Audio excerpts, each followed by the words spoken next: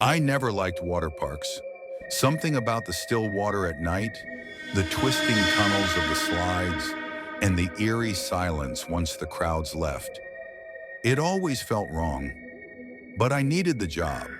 A summer lifeguard gig at Blue Cascade Water Park paid well, and with college around the corner, I couldn't afford to be picky. The park closed at 8 p.m. sharp. Families filtered out, sunburned and smiling, leaving behind wet towels and crushed soda cups. I was scheduled for the late shift, cleanup, lockup, and making sure no one had snuck back in. It was around 9:30 when I first noticed it.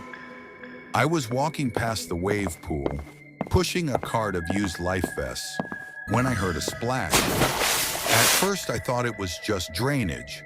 The filtration systems could be loud. But then I saw the ripples, big ones, like something had jumped in. I stopped.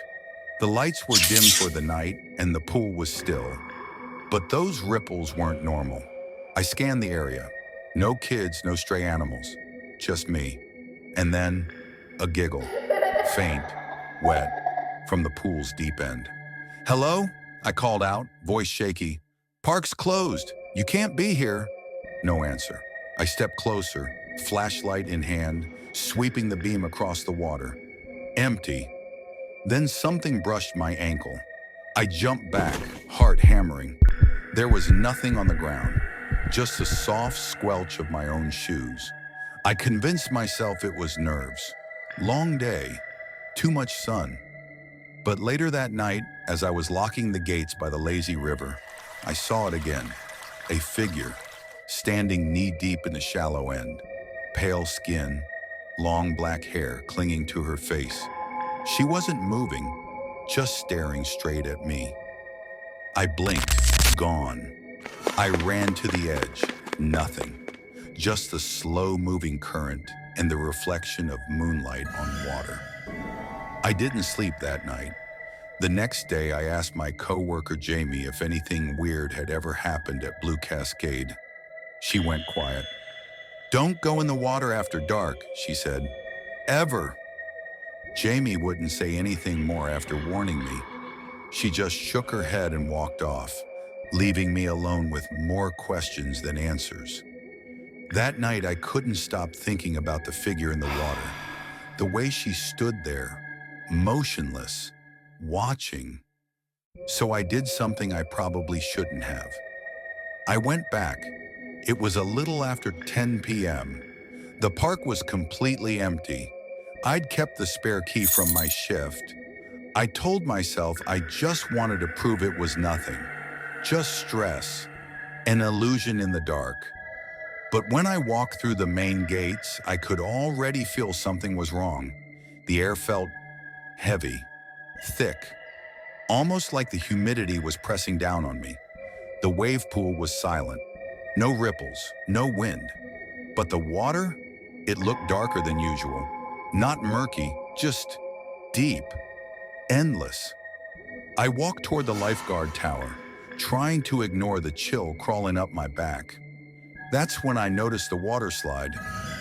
The black coil had water running through it. That was impossible. The pumps were shut off hours ago. The entire system should be dry.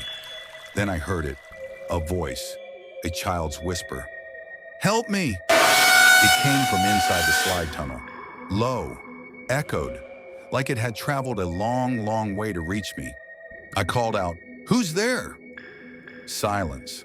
I climbed the stairs slowly, heart pounding louder with each step. At the top, the entrance to the tunnel yawned open, black and dripping. No sound, no movement. I knelt down near the edge of the slide, shining my flashlight inside. There were wet footprints, small, bare, leading into the tunnel. Then I felt breath on my neck. I turned fast. No one was there. I bolted down the stairs, nearly slipping. When I reached the bottom, the lights along the lazy river flickered violently, buzzing like angry insects. And then I saw her again. Same pale figure, this time standing at the center of the pool. Only now I could see her eyes, completely black. She opened her mouth. Water spilled out like she was drowning from the inside. And then she screamed, a sharp, gurgling wail that made the glass in the ticket booth shatter behind me. I ran, didn't stop running until I was back home, door locked, lights on.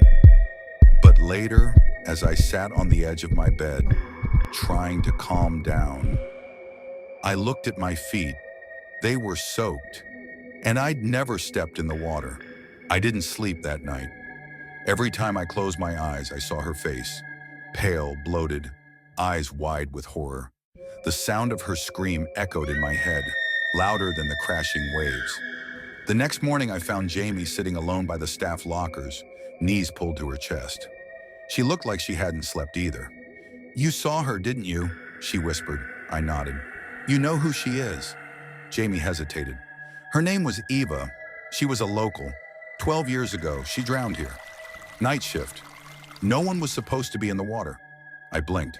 "I've never heard about that." "Exactly," Jamie said. "Her body was never found. Management hushed it up, claimed she left town. But the staff, some of them know. Some of them have seen her." My skin crawled. "So why is she still here?" Jamie looked down. "Because no one ever admitted what happened. Someone locked the doors from the outside, trapped her in the wave pool." I stared at her. "You're saying she was murdered?" She didn't answer, just handed me a small plastic key card. "What's this?" "It opens the maintenance room under the pool. Go tonight. You'll see." I didn't want to go, but I had to. That night, just after 2 a.m., I snuck into the pool area.